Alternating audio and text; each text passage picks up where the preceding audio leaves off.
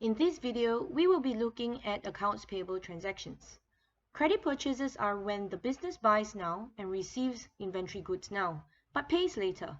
The business recognizes the supplier as an accounts payable. Purchase returns are when the business returns inventory to the accounts payable, which is the supplier, for a credit refund. This will decrease amount owing to the accounts payable.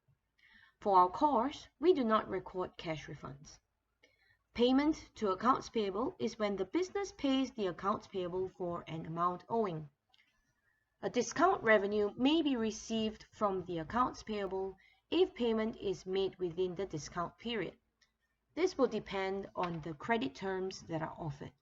In this example here, the credit terms of 10/7 and 30 means 10% discount is received if payment is made within 7 days of purchase. Even if the payment was not made within the 7 days, or the full payment was not completed within 7 days, note that the full payment is still required within 30 days, as per the credit terms offered. Let us have a look at the first transaction. Choco Treats is a business that sells chocolate products. Markup of 100% is applied to all inventory. First, I'm going to circle Choco Treats to show that that's us and that's the business in this question. Right at the top of this source document, we can see that Cocoa Supplies is written here, which makes Cocoa Supplies the supplier. And that means we, Choco Treats, we're the customer. As such, in this case, we can see that we have made a purchase, and that means the source document that is used to verify this transaction is called a purchase invoice. To describe the transaction, I would advise that you state who was involved, what was done, and how. Let's give this a go. Choco Treats. That's who has made a purchase of inventory. That's the what? Of 120 boxes for total 1,200 plus GST from Cocoa Supplies. That's addressing another who on credit, and that explains how the purchase was made. To record the transaction in the general journal, we start off with the date, and that's 15th of June. And we ask ourselves, if this is a credit purchase, we know definitely we do not recognize bank because no cash payment was made. But instead, we recognize accounts payable. And let's be specific. The accounts payable is Cocoa Supplies.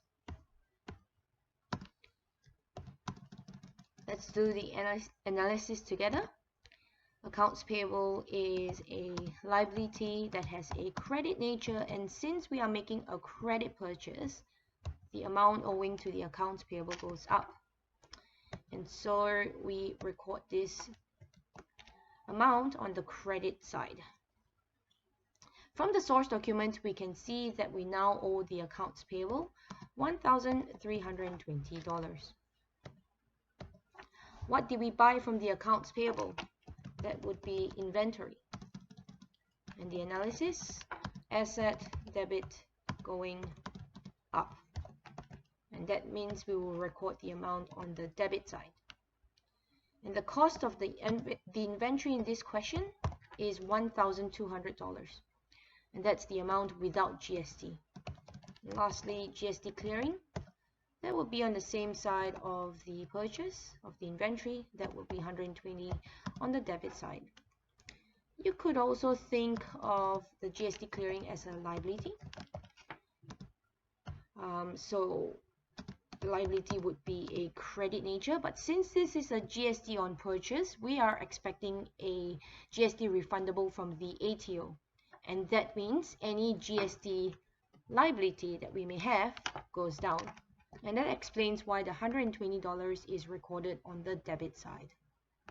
Now we're going to look at a credit note. We can see this source document was issued by our supplier, Cocoa Supplies. And here we are the customer. Now, since this is a credit note, we know that some sort of return has occurred. And since this document has been issued by Cocoa Supplies, our supplier, we can see that Choco Treats is the one that has made a return of the inventory to the supplier. We call this a purchase return. The source document used to verify this transaction is what we call a credit note. Now to describe the transaction, we'll do the same thing as we did earlier, which is to address the who, what, and how. So we're going to start with Choco Treats has returned inventory 10 boxes to Cocoa Supplies for a credit refund of $110. So just another reminder. Yep, so that's a credit refund of $110 including GST. So just another reminder, we are only working with credit refunds in our course. We do not deal with cash refunds.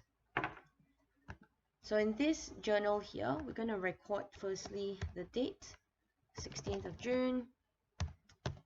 And since this is a credit refund, the accounts payable balance will be affected. Now the accounts payable is a liability, which is a credit nature. And since this is a credit refund, it basically means any amount that was owing to the accounts payable will be decreased. It's going down. So that means this credit refund here for the accounts payable will be recorded on the debit side, $110. What was returned was the inventory. Inventory is an asset, debit, and since we have returned the inventory to the accounts payable or the supplier, the inventory is going down as well. That will be recorded on the credit side, $100 without the GST.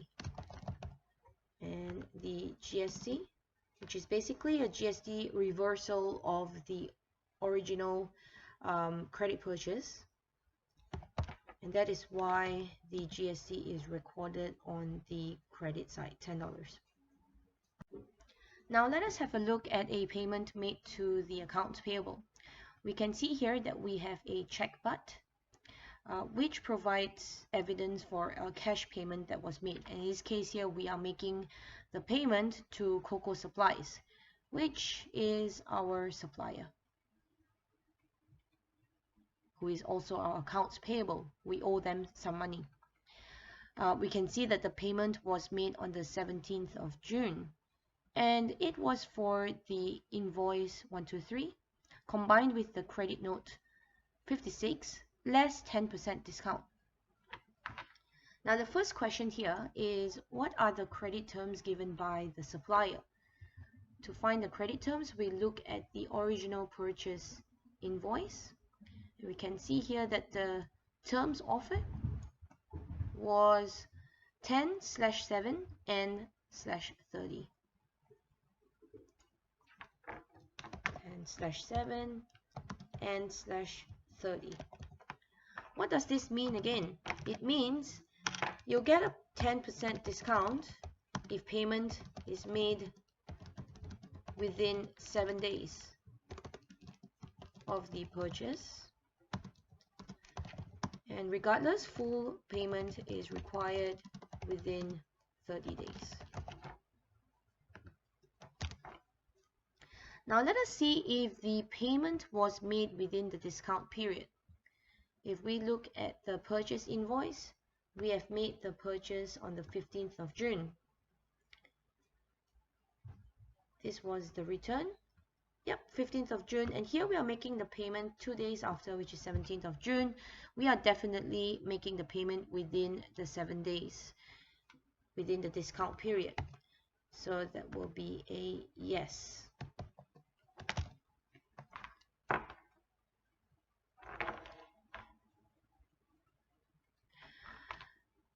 That means we are eligible to receive the 10% discount. Now let's look at recording that transaction in the general journals. We start with the date, June 17. Since we have made a cash payment, first account would be bank. It's an asset, debit, and cash is going down. So the amount will be recorded on the credit side. Let's work out the amount last. Now, why was the bank decreasing? It's because we have made a payment to the accounts payable, and that's cocoa supplies. Since we are making a payment to the accounts payable, the liability that we owe is also going down. So we know that we need to record the amount on the debit side. It also says that we have received a discount. In this case, it will be a discount revenue for us. Discount revenue is clearly a revenue, credit nature, and since we are recognizing this revenue, it is going up. I'll record that revenue on the credit side. Now let's look at the amounts to fill in. We can see that the amount made out of the bank was for the amount $1,089.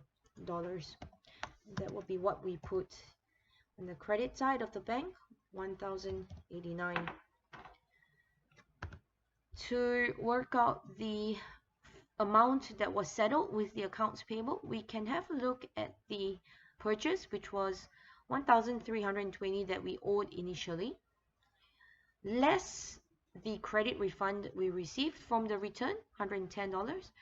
That would give us a net amount owing of $1,210. And the discount revenue was worked out by taking 10% of the 1,210. That would give us $121. And we can see here that our journal has balanced out nicely.